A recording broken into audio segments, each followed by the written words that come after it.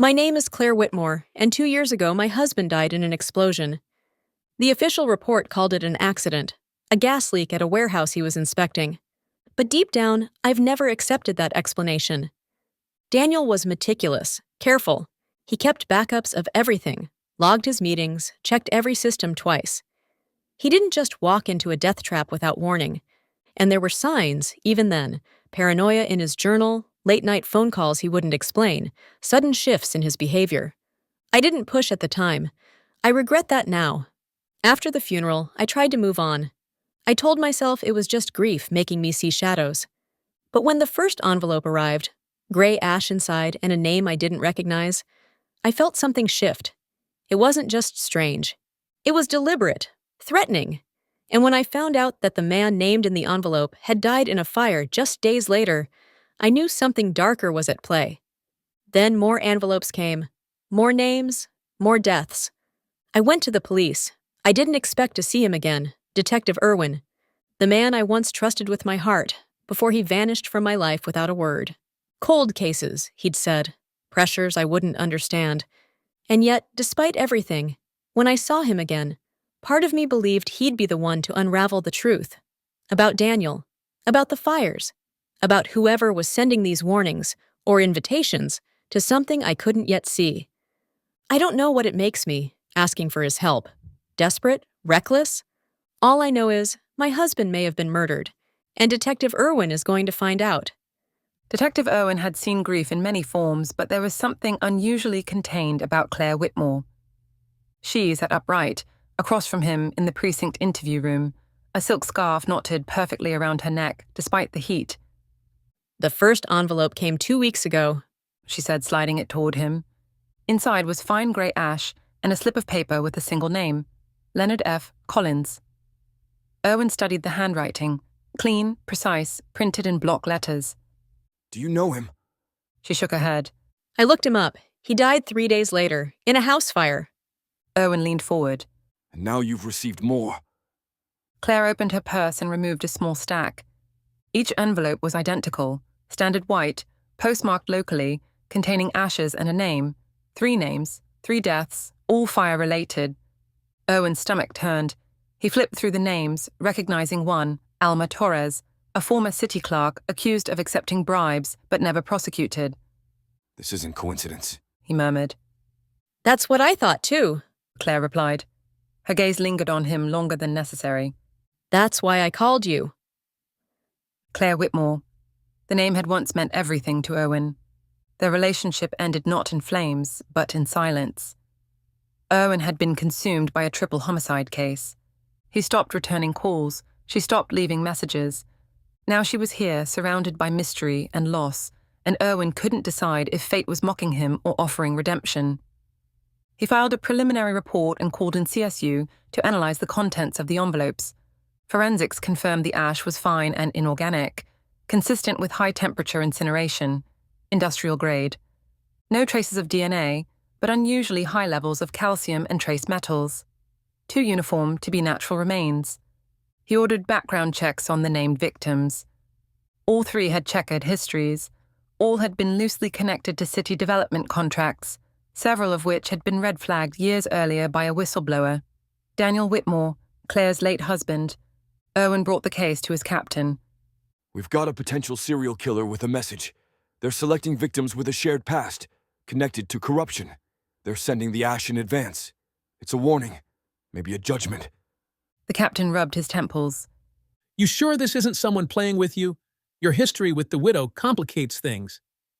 I didn't ask for this, Irwin replied evenly. but she may be the next target.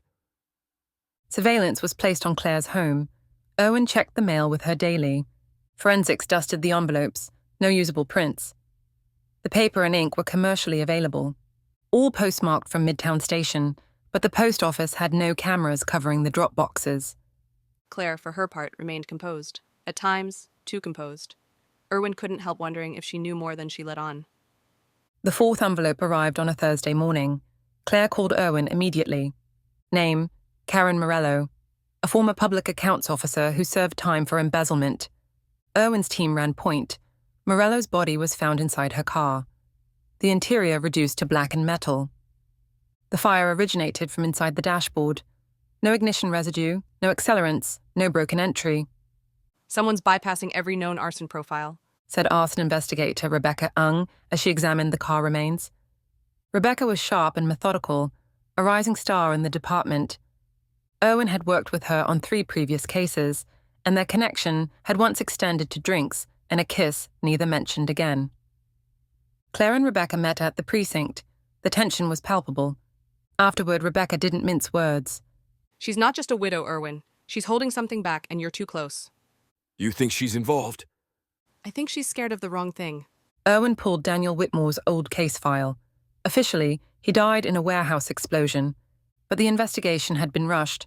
No body was recovered, just bone fragments and dental records. Irwin requested a review of the autopsy report and brought in a forensic anthropologist to re-examine the evidence. The conclusion was chilling. The remains could not be definitively confirmed as Daniel's, only assumed. Claire denied any knowledge of this, but when pressed, she admitted to keeping Daniel's journal, pages that described corrupt officials, embezzlement rings, even fire threats. Why didn't you give me this sooner? Because it made him look paranoid. She said quietly. And because I wanted to believe he died trying to do the right thing. Another envelope. Name, Samuel Rhodes. The name struck Irwin like a fist. Rhodes was a central figure in a cold case that still haunted him. A bribery scandal linked to a major fire safety inspection scam. 2 whistleblowers murdered. Irwin had chased leads for months, but got pulled off before he could tie Rhodes to the scene. 3 days later, Rhodes's apartment caught fire. His body was found in bed, burned beyond recognition, but there was no structural damage. The fire had targeted only the bedroom. Irwin knew then. Someone was finishing what Daniel started, or pretending to. Then came an envelope addressed to Irwin. The name inside, Claire Whitmore. Rebecca traced the ash to a very specific heat signature, consistent with a Markov model Z14 industrial cremator. Only 4 of them existed in the city, 2 in active crematoriums, 1 in a metalworks lab, and 1 in a condemned city building previously leased by the Department of Sanitation. They obtained a warrant. Inside, Irwin and Rebecca found a hidden furnace rigged to run off-grid. Nearby, a table with photos, every victim, every envelope, news clippings, surveillance shots, notes written in a harsh, slanted hand. At the center was Daniel Whitmore's journal. One image made Irwin's blood run cold, him and Claire exiting the precinct. It had been taken from across the street. Whoever this is, they've been following both of you. Rebecca said. This isn't random revenge, it's personal. The fire call came in just past midnight. Irwin was reviewing surveillance footage when the dispatcher's voice crackled over his radio. Structure fire at 43 Hawthorne Drive. Occupant previously flagged as high risk. Officers en route. His blood ran cold. That was Claire's house. By the time Irwin arrived, flames licked through the roof.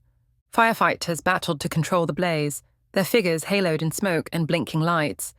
He spotted Claire seated on the curb, wrapped in an oxygen mask, soot streaking her cheeks. Her hands shook, and she clutched a small fireproof safe, one of the few items she'd managed to salvage. Claire, Irwin knelt beside her, checking for injuries. are you hurt? She shook her head, voice muffled by the mask. I smelled smoke. There was a crackling sound in the vents, then flames. The back door was jammed. I climbed out the bathroom window. Irwin helped her to her feet. The fire suppression system? Disabled. She rasped. Same way they've done it before. They were in the house, Irwin. They were waiting. Fire marshals later confirmed accelerants were used inside the HVAC system, a sophisticated method of arson designed for rapid internal spread. Whoever did this had knowledge of structural fire points. Inside the wreckage, investigators recovered a scorched envelope, half melted but bearing the same block letter style.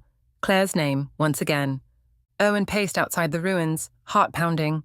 The attack wasn't just a message. It was an escalation. There's a chapter in the journal, Claire said hoarsely as EMTs checked her lungs. Daniel wrote about someone who knew everything. An inspector. He said if anything happened to him, that man would come for the rest. I think he meant the one who's behind this. Irwin pulled out his phone, opening a list of names from the Department of Building Integrity and Code Compliance. One stood out. Victor LaRue, an inspector who'd quietly resigned after internal inquiries were buried. He had vanished shortly after Daniel's death. Irwin narrowed his eyes. Time to bring him out of hiding. They tracked LaRue to a remote farmhouse registered to a shell company in upstate New York. Aerial drone reconnaissance had picked up signs of movement, a generator, tire tracks, and recent garbage disposal. Irwin and Rebecca arrived with tactical backup just before dawn. When officers encircled the property, LaRue bolted from the back entrance.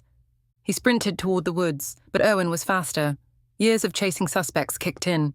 With a thudding tackle, LaRue was brought down in a spray of dirt and dead leaves. Cuffed and breathless, he muttered, You don't understand. I was protecting the message. Inside the house, the team found chilling evidence. Boxes of ash samples labeled with dates and initials, industrial printers for envelope labels, a high-res surveillance setup, and a pinboard littered with photographs, all connected with red thread. Every fire victim, every envelope. And centrally pinned, Daniel Whitmore's ID badge. Irwin leaned over the desk. He was your target? LaRue, now sitting in the interrogation room, finally opened up. No, Daniel wasn't a target. He was a liability. LaRue had worked as a senior inspector for the Department of Building Integrity. He'd signed off on dozens of fraudulent safety reports to keep city projects moving. Daniel Whitmore had stumbled across the falsified reports while auditing a public building contract. Daniel was going to report us. He had files, recordings. He came to me for clarification, but I knew the moment he walked out of my office, he'd blow the whistle. So you arranged the explosion? Irwin asked. LaRue looked up with something close to regret. I didn't light the match, but I knew what was going to happen, and I let it. When Daniel died, LaRue thought it was over, but someone had taken up the torch, using Daniel's journal, anonymously delivering names to LaRue. He was then mailing the ashes, acting as a symbolic judge. It made sense, He said. I just wanted them to feel what Daniel must have felt. Fear. Exposure. But people died? I never asked for that, I swear. I didn't know who they were. I just followed instructions, drop locations, envelopes. I thought it was theater, a threat. It was clear LaRue was a willing accomplice, both a coward and an opportunist. While he didn't personally light the fires, his complicity had turned names into ashes. As Irwin left the interrogation room, he glanced back. LaRue sat slumped, staring at his cuffed hands. Justice had finally caught up, but it was justice delayed and warped by fire. Victor LaRue's testimony led investigators to a sprawling underground arson-for-hire network that operated across several East Coast cities. He provided drop locations, coded ledgers, and burner phone logs. After weeks of sting operations and digital surveillance, the task force coordinated a multi-agency raid. The arrest took place in a locked warehouse on the edge of Staten Island. Inside, authorities found thermite compounds, incendiary blueprints, digital files with client communications, and heat mapping equipment used to locate structural vulnerabilities. The two operatives, Dominic Shaw and Rain Torres, were ex-military with expertise in demolitions. Both had clean criminal records until now. Under interrogation, Shaw confessed they were contracted anonymously. They received names and addresses in coded envelopes left in public drop boxes, often accompanied by heat layouts and burner instructions. They admitted to 5 of the fires, each executed with precision, each intended to mimic accidental causes. Just jobs. Shaw muttered. Never knew who hired us. Just got paid. Big money. The ash deliveries? Not our thing. That was someone else's flair. Rain Torres was less talkative, but offered one chilling quote. It wasn't personal, but someone made sure it felt that way. The case officially closed with 6 confirmed victims. Post-case debrief. A week after the final arrests, Irwin and Rebecca sat in the precinct's glass-walled conference room, the weight of the investigation lingering in the silence between them. The whiteboard still bore smudged outlines of names, red X's through victim photos, and scribbled notes from midnight leads. Rebecca broke the quiet first. I still can't believe how far this went. From ashen envelopes to a black market arson ring. Irwin nodded slowly. And it all started with a name no one recognized. Leonard Collins. She studied him for a moment. You okay? He considered lying. Instead, he leaned back in his chair. I don't know. I kept thinking if I could just solve this, maybe some part of me would feel less unfinished with Daniel, with Claire. Rebecca's voice softened. You've always carried your cases too close to the chest. Comes with the job. Not the way you do it. She stood and walked to the board, wiping the last of the red ink from the glass. You do realize you're allowed to have a life outside this place? Irwin gave a crooked smile. Define life. She rolled her eyes but smiled back. It's the thing that happens when you stop letting ghosts rent space in your head. He looked down at a folder marked closed. For once, it actually felt like it. As Rebecca walked toward the door, she paused. Coffee sometime? Not for a case. Just coffee. Irwin hesitated, then nodded. Yeah, I'd like that. The door clicked shut behind her, and Irwin sat alone in the quiet hum of the precinct. There were always more cases, but for once he could breathe. And that was something. Claire slowly rebuilt her life. The city reopened Daniel's file, now acknowledging him as a whistleblower. On the rooftop of the precinct one evening, Claire met Irwin under an amber sky. You saved my life, She said. You were always someone I cared about. He replied. She smiled faintly. You could be loved, Irwin, but I don't think you'll ever stop chasing shadows. They don't give up easy. Neither do I. She stepped closer and hugged him. Then let's just be friends. Honest ones, not ghosts. He nodded. Deal. They stood in silence, not needing more than the wind and the city below. Some love is brief, some lingers in the background like embers. But the ones that last, even as friends, they never really go out. A week later, Claire sent a postcard to Irwin. On the back, a poem written in her delicate, slanted hand. A poem for Irwin. We weren't made for always, but we were made for truth. In ash we found beginnings, and pain reclaimed our youth. You walked where fire trembled.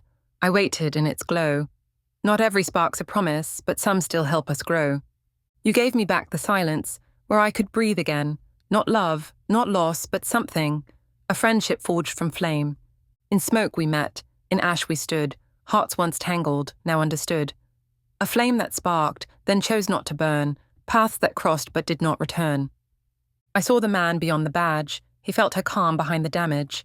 A kind of love, not made to last, but written deep in shadows past. No need for vows, no promises sworn, just two old souls, both bruised and worn.